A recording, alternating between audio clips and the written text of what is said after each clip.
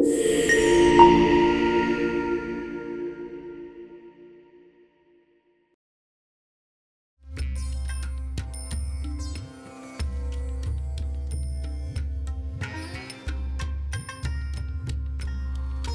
প্রাচীন জনপদগুলোর মধ্যে উল্লেখযোগ্য হল বন্দ, বন্দ, গৌরী, রাঢ়, বঙ্গ, সমতট, হৈকেল এবং চন্দ্রদ্বীপকে বোঝানো হয়।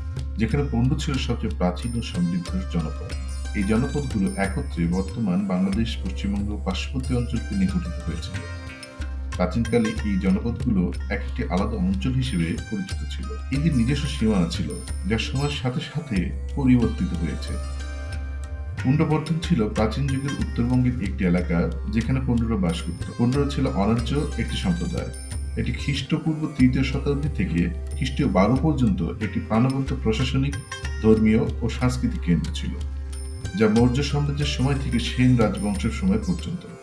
৩য় শতকে উৎকীর্ণ বঙ্গের সর্বপ্রাচীন শিলালিপি অর্থাৎ মৌর্যযুগীয় বঙ্গের ব্রাহ্মী লিপিতে প্রাচীন পণ্ড নগরীর অধিবাসীদের সংবঙ্গীয় জাতিরূপে চিহ্নিত করা হয়েছে। প্রত্নতাত্ত্বিক ধ্বংসাবশেষ এবং সাহিত্যিক বর্ণনা থেকে পণ্ড নগরীকে একটি পরিকল্পিত শহর হিসেবে জানা যায়।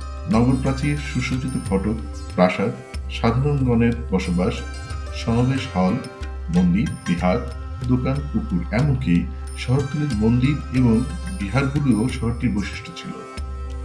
বর্তমান সময়ে বাংলাদেশের অন্তর্ভুক্ত রাজশাহী, বগুড়া, নাটোর, পাবনা এবং বাংলাদেশ ও ভারতের দিনাজপুর পুণ্ড্রবর্ধনের অন্তর্ভুক্ত ছিল। বুধগুপ্তের সময় দামোদরপুর তাম্রশাসন শিলালিপি অনুসারে আনুমানিক ৪৭৬ থেকে ৯৪ খ্রিস্টাব্দ পুণ্ড্রবর্ধনের উত্তর সীমা হিমালয় ছিল।